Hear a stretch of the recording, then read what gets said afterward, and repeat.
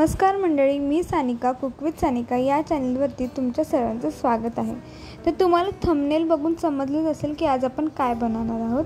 तर आज आपण एकदम घरगुती पद्धतीमध्ये कुठलाही बाहेरचा मसाला न वापरता लोणचे बनवणार आहोत। तर त्यासाठी मी इथे 10 कैऱ्या घेतल्यात, त्याला पूर्ण स्वच्छ धुवून पुसून नंतरच चिरून घेतले। नंतर त्याच्यामध्ये 1 चमचाभर हळद, 1 चमचाभर मीठ ॲड करून स्वच्छपैकी मिक्स करून घ्यायचं आहे। त्यानंतर जे सगळे हळद आणि मीठ सगळ्या कैऱ्यांना लागल्यानंतरच त्याला आपण झाकण मारून पूर्ण रात्रभर ठेवून द्यायचे।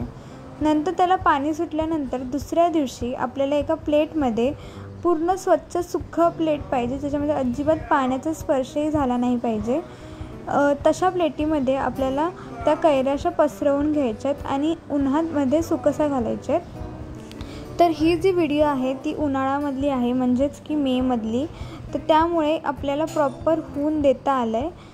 तर इथे मी मसाला पण घरीच बनवला आहे। त्याच्यामध्ये मी मोहरी घेतली, नंतर धने जिरे पावडर आणि जिरे आणि मेथी घेतले। तुम्ही धने जिरे पावडरच्या जागी तुम्ही धनेही घेऊ शकता आणि त्याला चांगलं आपण थोडं गरम करून भाजून घ्यायचं आहे। नंतर त्याला मिक्सरला लावून त्याची पूर्ण बारीक अशी पावडर करून घ्यायचे आणि ही पावडर तुम्ही नंतरच्या नंतरच्या लोणच्यामध्ये पण ॲड करू शकता।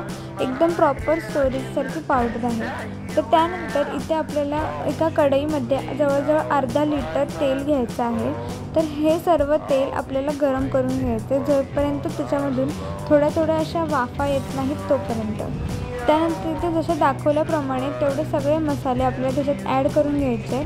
तर त्यासाठी पहिले तेलाला थोडंसं रूम टेम्परेचरमध्ये येऊ द्यायचं आहे। नंतर त्याच्यामध्ये हिंग, नंतर आपण जो मसाला केला होता तो ॲड करायचा आहे आणि त्याच्यानंतर मी इथे मोहरीची डाळ म्हणून मी मोहरीला थोडंसं एक सेकंदासाठी मिक्सरला लावून घेतलं आणि तेच आपण त्याच्यामध्ये ॲड करणार आहोत। नंतर लाल तिखट मसाला, थोडीशी हळद, मीठ हे सगळं त्याच्यामध्ये ॲड करून घ्यायचं आहे आणि तेलामध्ये प्रॉपरली मिक्स करून घ्यायचं आहे। आणि पूर्ण तेल थंड झाल्यानंतरच आपल्याला तो जो तेल आहे त्या कैऱ्यांमध्ये लावून घ्यायचं आहे आणि कैऱ्यांना जवळजवळ 2 ते 3 दिवस मी उन्हामध्ये ठेवलं आहे, जेणेकरून त्याचं पाणी जे आहे पूर्ण शोषून घेतलं आहे।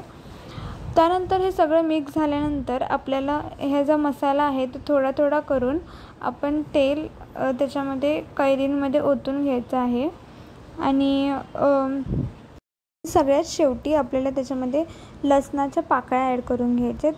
तुमच्यावर ऑप्शनल आहे की तुम्हाला कैरींच्या लोणच्यामध्ये आवडतं की नाही। त्यानंतर हा सगळा मसाला आपल्याला त्या कैरीमध्ये ओतून घ्यायचा आहे आणि प्रॉपरली सगळ्या हाताने मिक्स करून घ्यायचं आहे। पूर्ण कैऱ्यांना सगळा मसाला लागला पाहिजे। त्यानंतर एका काचेच्या भरणीमध्ये आपल्याला तो कैऱ्या जे आहेत त्या सगळ्या त्याच्यामध्ये ॲड करून घ्यायचं आहे।